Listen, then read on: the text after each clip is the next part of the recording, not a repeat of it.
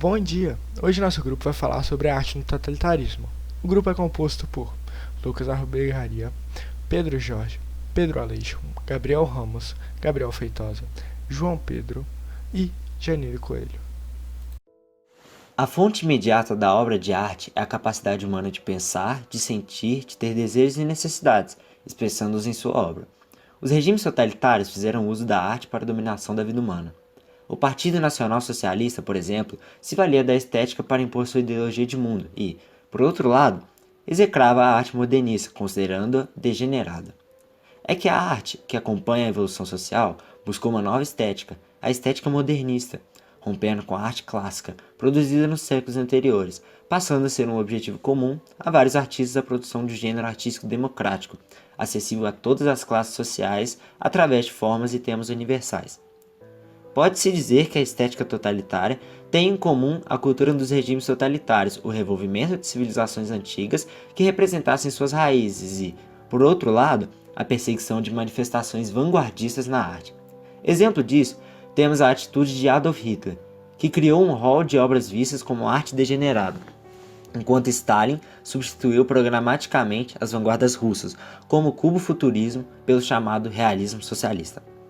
Uma forma de uso da arte no totalitarismo deu-se por meio da arquitetura imponente de grandes palácios, cuja principal característica era a monumentalidade, a grandiosidade como forma de ostentação do Estado em sua superioridade.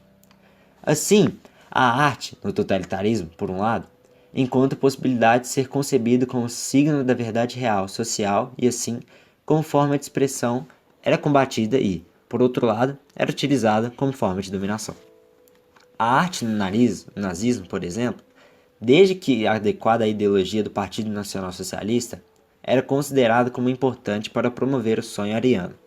De outro lado, no entanto, demonizavam a arte moderna devido ao seu aspecto internacionalista, que não contribuía com o ideal de fortalecimento da sua identidade nacional.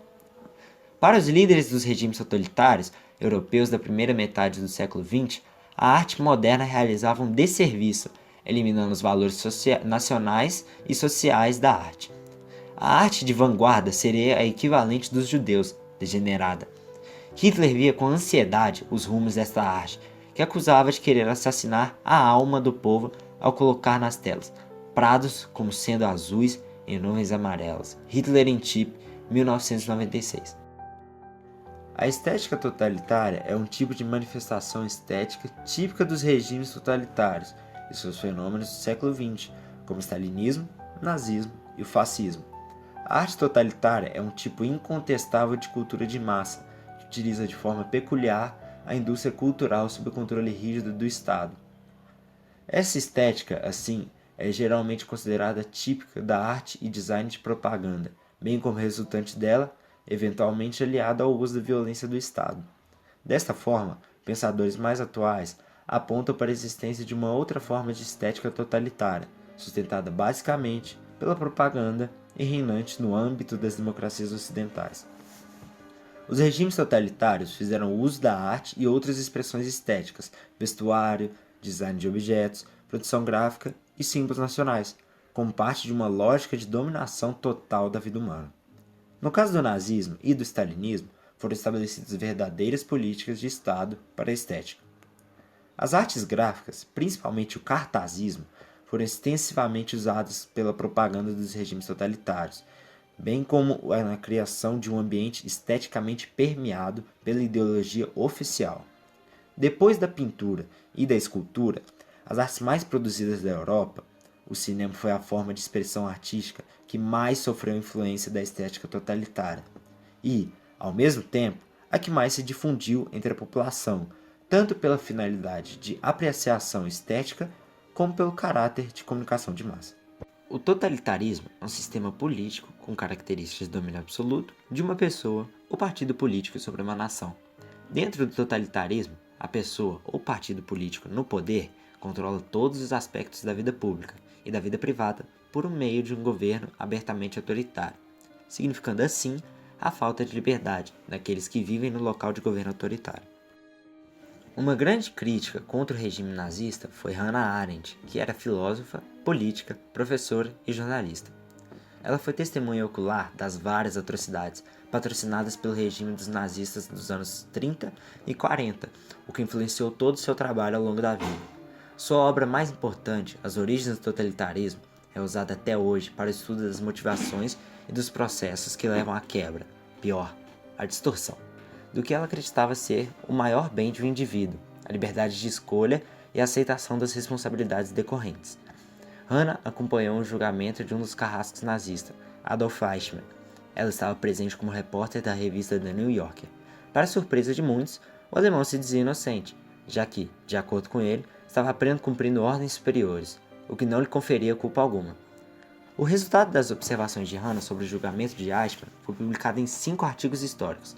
Para ela, nem todos que praticaram os crimes de guerra eram monstros. Eles tinham vida bastante comuns e não viam seus atos como um crime em si, apenas como parte de um processo maior. Mas esse julgamento em si expressava uma sincera negação de culpa, o que mostra exatamente o conceito de banalidade do mal, desenvolvido por Hannah, base de seu pensamento sobre sistemas totalitaristas, nos quais não existe o espaço para contestação, sufocado através de um ataque à pluralidade. É justamente essa pluralidade que nos torna indivíduos, senhores de nosso próprio destino, ou seja, cidadãos por excelência. O Estado não pode, nunca, ser forte demais a ponto de não permitir aos cidadãos a possibilidade de fazer escolhas individuais e responder por elas civil e criminalmente, como adultos conscientes das consciências de suas livres escolhas. E agora nós vamos mostrar um vídeo para vocês, que é basicamente a propaganda nazista para os judeus sobre os campos de concentração.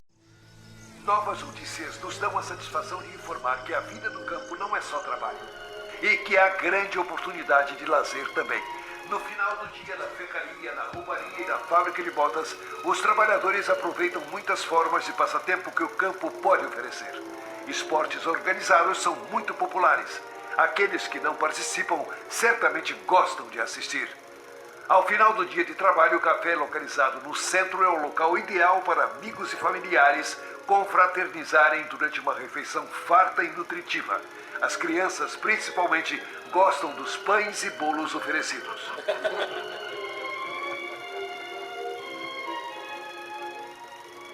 À noite, uma ou outra vez, há concertos de música, inclusive com orquestras visitantes ou também com os músicos talentosos que vivem no campo, sempre com grande público. Outros passatempos incluem ler na biblioteca, trabalhar na cerâmica, culinária, arte e horticultura.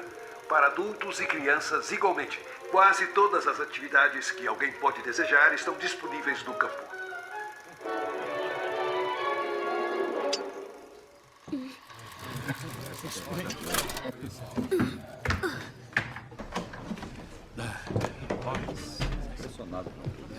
Foi muito bem feito.